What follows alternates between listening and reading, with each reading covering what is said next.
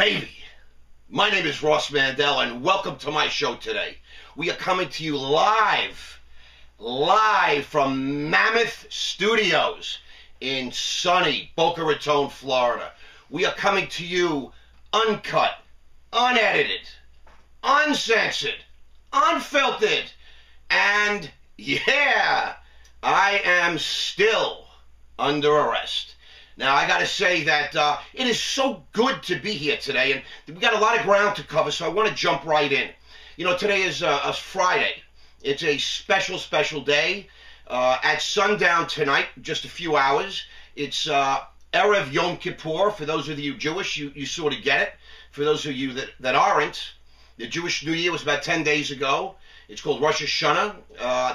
Down in Manhattan, we used to call it Rosh Hashanah because everybody tries to get out of work very early. Then there's a 10-day period. See, on Rosh Hashanah, the Jewish New Year, God opens up the book of life. And, you know, he checks it out for those 10 days.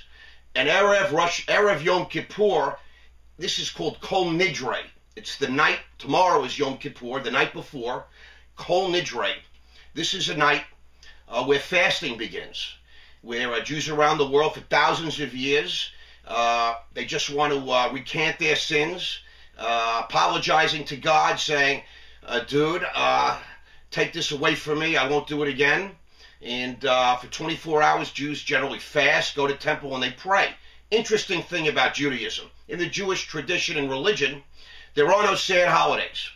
There's only happy, rejoiceful holidays, with the exception of one very serious 24-hour holiday called Yom Kippur. Starts at sundown this Friday night, tonight, and ends tomorrow night. And now, God opened the book of life 10 days ago on Rosh Hashanah, the book of life. He decides who's going into the book of life for the year. And if you don't get into the book of life, you're going to pass away sometime this year. The book of life is closed at sundown tomorrow.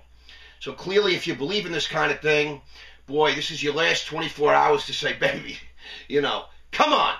I want to live. I want to do stuff. Help me.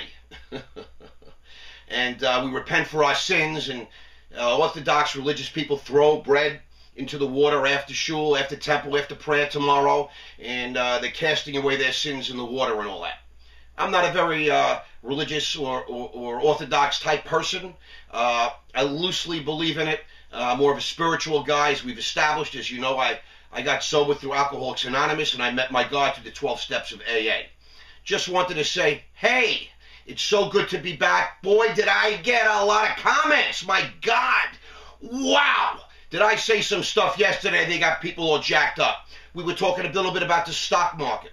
We were talking about the price of gold. And what did I tell you 2 weeks ago and a week ago? I said there's going to be a flight to safety. The smart guys, the smart money, the people that make billions, they're buying gold, gold stocks, gold funds, gold ETFs, the actual physical commodity. Well, earlier this week, gold made an all-time high. Last night, it made another all-time high, and it's trading right around that high right now, up another $5 an ounce since my podcast yesterday. So, you know, this old dog still sees a few things that maybe some of you do not. And we're going to talk about that now because last night I watched a lot of television. And, you know, clearly there's something really just is a train wreck going on in Washington, D.C. And I saw Donald Trump being interviewed and several other sort of noted, very successful business people. People that have made a lot of money, that have accumulated a lot of wealth, that have achieved, you know, unquestionable levels of success, not just financially, but in other areas of their life as well, in this country.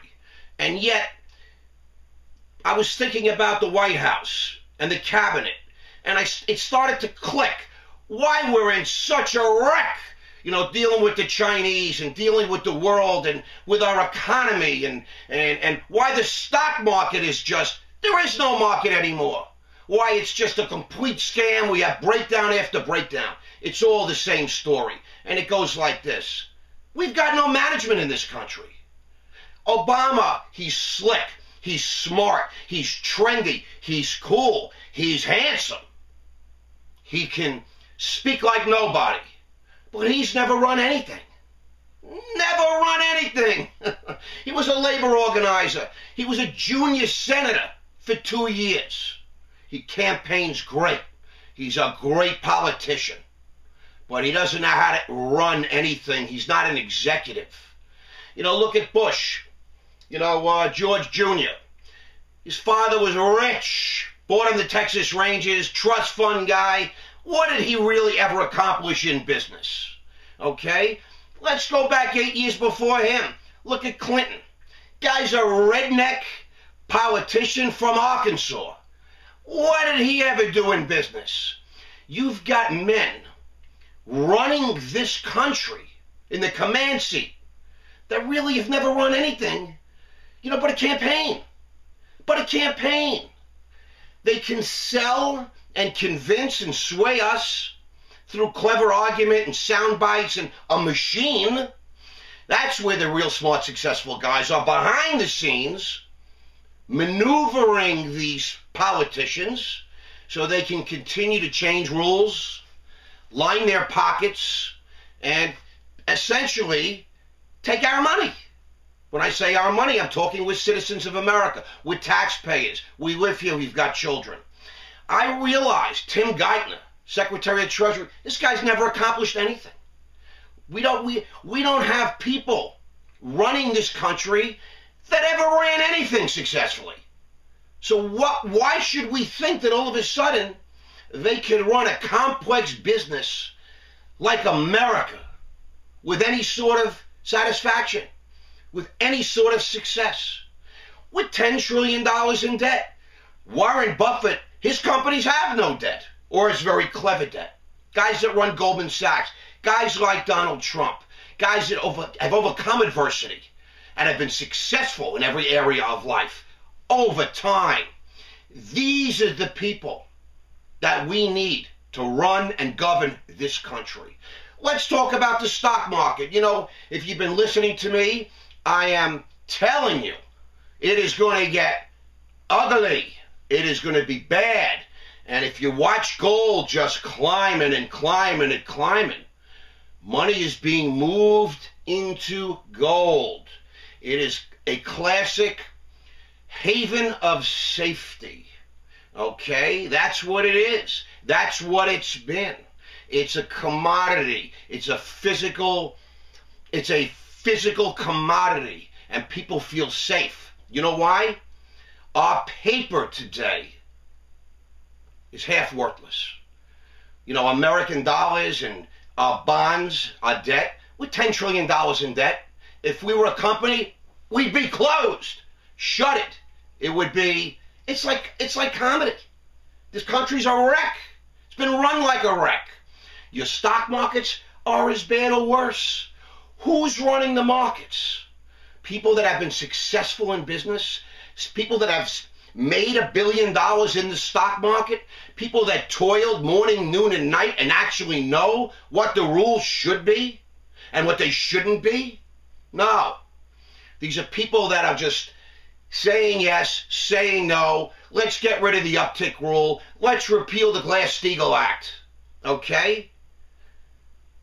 Let's allow naked shorting because they have no idea.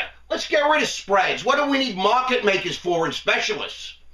Because they never worked in the markets. They never achieved a level of success. They never toiled day to day. So come on, people. Doesn't that make a little sense? We've got management issues at the top in the country, and certainly the stock market. Okay? I mean, I talked to you yesterday about accounting. Nobody's accounting for anything. The company's going to earn $1 a share. However, if we were to include, which we're not going to, their off-balance sheet debt, well, they lost $11.50 a share. Don't talk to me about earnings. Come on now. It's crazy. Now, it's not hopeless. This country is going to go through a lot of rough stuff. But, you know, watching television last night, I saw a lot of really smart, a lot of really successful guys. And it's going to take some of them to step up to the plate and help us out. Because the people in Washington, the politicians, they suck, okay? They lie, they cheat, they're owned by these various smart guys. You know, they're playing the game, okay? They're passing rules and laws and statutes that are offensive to the citizens of this country. Obamacare is disgusting. Are you aware that insurance companies can do whatever they want as far as your premiums up until 2014? And they're going to? Because in 2014, now the plan kicks in, and they're told what they can do and not do. So between now and then, we're going to get raped and pillaged. And you know what's going to happen by 2014? It'll get adjusted. So we're getting screwed left and we're getting screwed right. Now, in the spirit of the Jewish New Year, in the spirit of Kol Nidre, I'm going to pray very, very hard for my wife and my children, for my legal situation to work out in a proper fashion, and I'm going to pray very, very hard for you. Yes, you. I mean, I love this country. I love that I can speak openly and be critical. I love that we can talk about burning Korans. I love that we can talk about building mosques on a sacred ground. I mean, only in America, only in this great country, you know, can we elect these fools, you know, to run something that never ran anything. So I'm going to pray real hard, you know, for the entirety of all this stuff. I don't want to be a bearer of bad news. I don't want to be a guy that's negative, that is selling fear and hate and dislike just because I've been abused and attacked by this corrupt system. And I'm going to pray for all these people that have accused me and that are prosecuting me. That means I'm going to pray hard for all these people because, you know, I'm becoming a better man as a result of this whole process. And if that's what the good Lord had in mind for me, you know, that's the story. I just want to say before we wind up, my name is Ross Mandell, double S and double L. I'm on Facebook. I have a website, rossmandell.com. I'd love to hear from you guys. You can send me emails direct, which is ross@rossmandell.com. And I want to say that I just hope all of you get written into that book of life. The book of life, which closes tomorrow night.